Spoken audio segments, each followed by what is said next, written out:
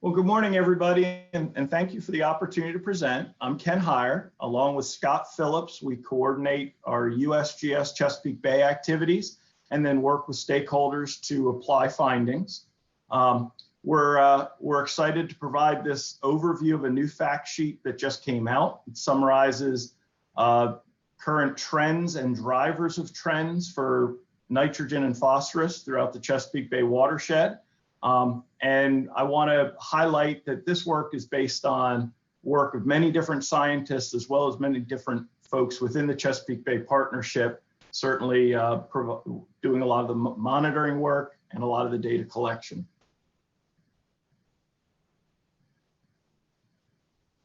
So let's just set the stage here. So the Chesapeake Bay Program has a goal of improving water quality conditions for fisheries in the bay, as well as improving local nutrient and sediment conditions throughout the watershed. They have two specific outcomes to do that, and that's attaining water quality standards for dissolved oxygen for fisheries and shellfish, clarity for submerged aquatic vegetation, but then also improving or reducing nutrients and sediments by implementing practices by 2025. So the approach to get there is the development of the watershed implementation plans, which describe practices that'll be in place by 2025. Then there's a watershed monitoring and nutrient trends analyses, followed by looking at the attainment of dissolved oxygen and water clarity, as well as SAV in the bay itself. Today, I'm going to focus mainly on that third piece of the approach, the watershed monitoring results and the nutrient trends and our understanding of drivers of those trends. So the purpose of this fact sheet, we had a pair of recent higher profile products that we wanted to summarize for everyone. The first one was the work of Doug Moyer and the Trends team looking at the most recent loads and trends throughout the watershed over the last 10 years, so through 2018. And then Scott Ator and others published a paper looking at our current understanding of different factors and drivers that were affecting those nutrient trends. And so the idea is we wanted to take those products, translate them into a more understandable, more concise format for managers and policymakers. The way we did this, we put a partnership together, USGS, as well as the Bay Program Office, and UMST's Integration and Application Network to build the fact sheet out. And we included three major pieces in there. So one, an updated visualization of the most recent 10-year trends, so from 2009 to 2018, then an update of our current understanding of the different drivers and factors that would be affecting those trends, and then we included some information on different challenges for effective non-point nutrient management. So just to begin, we'll start with an overview that the current non-tidal network monitoring data really underpin all of our load and trend work, and they're the foundation to our network. So we currently have approximately 123 sites throughout the watershed that are being monitored by the partnership. So that includes operation of a stream gauge, as well as routine water quality sampling, and then storm sampling during higher flow conditions. And so you can see here over 2,400 water quality samples are collected each year. From those flow and water quality samples, we can compute the load. That's the amount of sediment or nutrients in the river. And then as we look at how that changes over time, we use that information to compute a trend.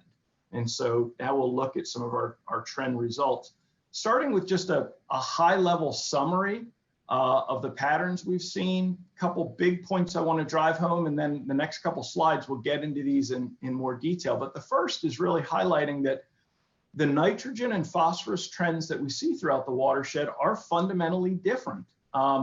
They have different sources, they have different transport pathways, and they're affected differently by BMP processes. So we're through the fact sheet, we separated these and we talk about what do we see with respect to nitrogen, what do we see with respect to phosphorus, because they are so fundamentally different. And so a quick overview of the results, and then we'll spend more time digging into these throughout the rest of this presentation and then the second part of the presentation. Roughly the same number of sites are improving as are degrading right now. About 41% are improving, 40% are degrading. One of the really exciting emerging stories is that among the highest loading nitrogen sites, almost all of them are improving. I'll say more about that. The lower Susquehanna is improving with regard to nitrogen, as is the Western Shore. Well, we still see challenges on the Eastern Shore, and then mixed results through other portions of the watershed. And so that certainly remains a theme, that we see mixed results. We're not quite where we want to be yet, in that we still have some sites that are showing degrading conditions. With regard to phosphorus, 44% of the sites are improving and 32% are degrading.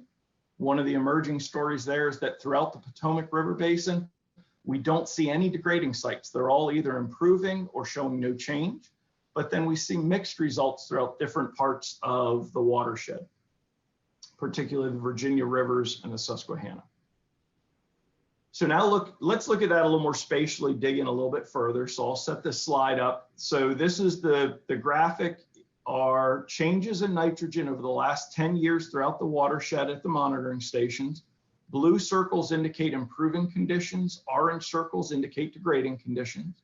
And the larger the circle, the greater the change over the last 10 years. So a couple points that come out of here. If you look at where the traditionally high loading areas are in the watershed, so that's going to include the lower Susquehanna, portions of the Potomac and the Shenandoah Valley, as well as the Eastern Shore, the vast majority of all those high loading sites, they're usually associated with relatively intensive agricultural practices.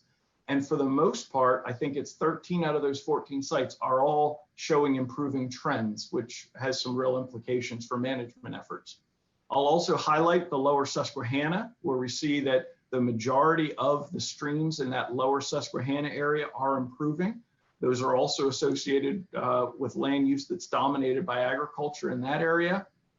And then you can see the contrast here on the graphic, where the Western Shore is showing mostly improving nitrogen trends, and then the Eastern Shore, again, we're seeing more of a challenge there, and we know that's related maybe to groundwater travel times and that sort of thing. And then broadly, mixed results through other portions of the watershed. With regard to phosphorus, here we see, you can see again that it's mixed results throughout the watershed, particularly in Virginia and the upper portions of the Susquehanna. But I want to highlight that within the Potomac River Basin, what we see is all sites are either improving or not changing.